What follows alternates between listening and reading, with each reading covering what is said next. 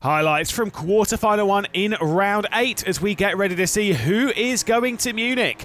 Out on the start-finish line, it was Marcel Czincik on pole position, taking and holding the race lead down towards the first corner. Sebastian Job under a bit of pressure from Dara McCormack behind, but it was all about the grouping behind that coming down to the second corner. Defensive line being taken from Dane Warren over Enzo Benito, who was looking down the inside, but it was Patrick Holtzman absolutely steamrolling his way in onto the side of the number 37 of Enzo Benito. A couple of snaps of oversteer from Phil Denez as well, and 3 wide out onto the Parabolica, the inside line being taken from Thomas Tattler. However, once they got round the Parabolica, it was all starting to calm down. But of course, what comes next? It's the hairpin, and this is where things got turned up to 11. Getting squeezed out wide was Neva from Patrick Holtzman, and then the dives down the inside, it was Dane Warren that was spun round by Enzo Benito, and unfortunately, his chances of progressing to Munich would then come down to basically what everyone else did. He would have to get extremely lucky. Patrick Holtzman and Tim Yarshall would battle their way up towards the arena section, with Yarshall taking the inside line, battling over 7th position and losing touch of the top 6. Phil Denez trying to squeeze his way around the outside in the BMW M Team BS competition, and unfortunately was not able to do so on this occasion. Patrick Holtzman trying to get down the inside of Tim Yarshall. It was actually Enzo Benito that got pushed out wide on this occasion, and for the team's championship, he would be focused on trying to progress into the semi-finals. This would not help. He'd be spun over onto the grass after contact from that 3-wide manoeuvre, and his chances of progressing were sent down to 0. Marcel Czincik would come across the line for RHG as they would try and hunt down our team's championship leaders in Team Redline. And on to quarterfinal 2 then, where Luke Bennett had pole position, this time alongside Eamon Murphy. However, it was a jump start from 3rd position Jack Keithley, who done a fantastic job in qualifying, and it was all thrown into the bin immediately, losing out a few positions on the start and of course being gifted with a drive-through penalty. A spinner in the background in the form of Lucas Muller, who was sent off through the inside of the first corner on all the dives coming down to that second corner as we prepare ourselves onto the Parabolica. Thibaut Casabon well inside the top 6. Also trying to fight his way through into his first semi-final appearance. Out wide was Johan Harth trying to make his way past Mitchell de Jong, who found himself way outside of the cut zone in P6, and they would all dive their way into the hairpin. Johan Harth being pushed out wide a little bit by Victor Veloso and Bunner House, who were to his inside, and the Audi R8 for the Apex Racing team would drop back to 11th. The side-by-side, though, going up towards the Mercedes Arena section was between Oscar Bixrud and Mitchell de Jong. Of course, this was for 7th on the road, but it would become 6 after Keithley's penalty, and so they were battling over that final transfer spot. Bixrud desperate to hang on, Mitchell de Jong desperate to fight his way through, fighting for positions. He's a bit low down inside the top 24. He is presently inside the cut-off point to go to Munich, but losing out points here would be a devastating consequence, and unfortunately, if that were the case, he might not be able to progress. Not into 6th place just yet, as Jack Keithley would head his way into the pit lane. Oscar Bixrud then up into 6th. The two of those two would switch around, and Mitchell de Jong would move inside the top 6 as Moritz Lerner and Niels Nyox would fight. Nyox looking for his first semi-final appearance in 3 rounds as he's trying to work his way up. Still hanging on to 4th position and still fairly happy and content in that. Victor Veloso and Bunner House having a bit of a battle for 8th position. Veloso hanging on to the advantage there as Bunner House was looking to try and make his way through, heading through the Sachs curve. Out wide Veloso would go and the position switch would happen. Luke Bennett would take victory though from Eamon Murphy and Moritz Lerner.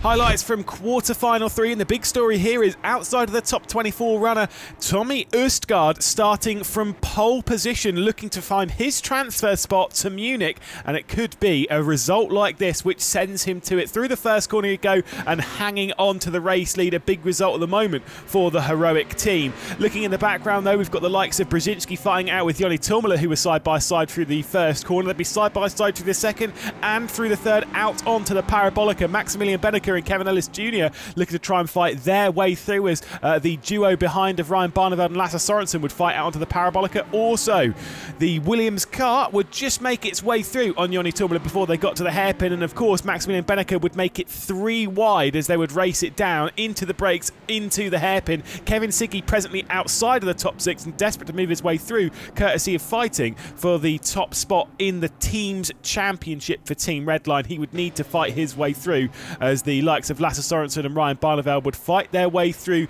up towards the arena section. One going one way, one going the other on poor Ulas Zildrum, who would find himself in the middle of all of this. Lasse Sorensen making his way through as side by side up towards Mobile 1 would see the final transfer spot of Jakub Brzezinski and Maximilian Benecke fighting their way through. 6th position at the moment Brzezinski would hold on to. Benecke trying to send one down the inside. Ryan Barneveld out wide of Ulas Zildrum would be squeezed off at the Sachs curve and would go for a big spin. The BMWM Team BS competition destined to finish 12th in this, dependent on what happens here. Maximilian Benecke into the pit lane to serve a drive-through penalty on the end of the 2nd lap of the race. Lasse Sorensen down the inside of Kevin Ellis Jr., all fighting over 7th position as Kevin Siggy had worked his way through into 6th and was pulling his way out from this grouping, meaning they were just fighting over the final points-paying positions. Lasse Sorensen and Kevin Ellis Jr. having this fight out through the arena section. Ulas Zildrum looking to fight his way into all of this. Kevin Ellis Jr. just about hanging on. Ulas Zildrum would be down the inside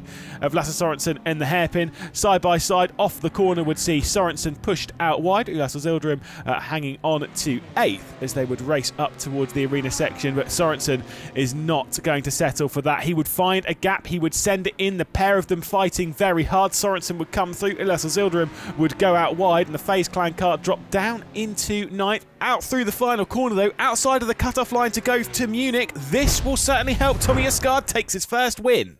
And then the final of our quarterfinals. It was Jeffrey Rietveld starting on pole position alongside Kayaki Oliveira on that front row as the final race in the quarterfinals down towards the first corner would begin. Graham Carroll just looking to the inside of the R8G man. It was side by side behind him though between Yuri Kazdorp and of course Isaac Price on the race down towards that second corner. Nikodem Wisniewski trying to get his way into the mix before a big dive in the background from the likes of Jamie Fluke trying to all work their way past. 2 by 2 out through turn 2 and turn 3. Yuri Kazdorp just about holding the advantage as Graham Carroll would send it in quite deep, desperate to try and hang on to the top 4.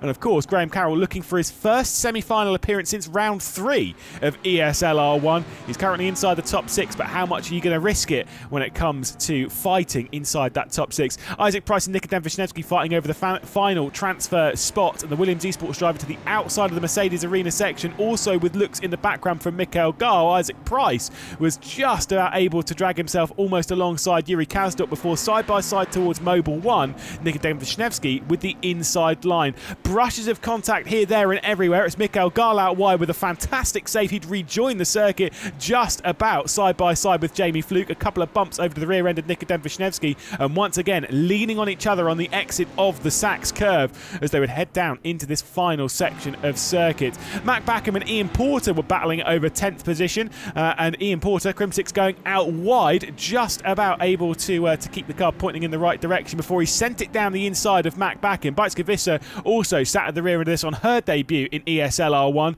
and the trio would fight over 10th, 11th and 12th. The final couple of points in the final quarter-final would see Ian Porter to the inside of Mac Backham, a dive through from Beitske Visser to take over 11th position, and Crimsix would drop to the final position on the grid. Big snap of oversteer though from the 36, and it was the 38's opportunity to drag his way back through, and Crim back up into 11th position in the race. This fight though looked like it was destined to carry on all the way up to the checkered flag for that final points paying position. Jamie Fluke to the inside of Mikhail Garland, making a little bit of contact. Garland being sent out wide, and Jamie Fluke working his way through before returning that position. Beitske Visser looking to the inside of Crimsix, coming down into the hairpin, and Porter would run out wide, opening the opportunity for Visser to come through and take over that final points paying position. And out through the final corner, Jeffrey Rietveld would take victory ahead of Erhan Janowski and Kayaki Oliveira.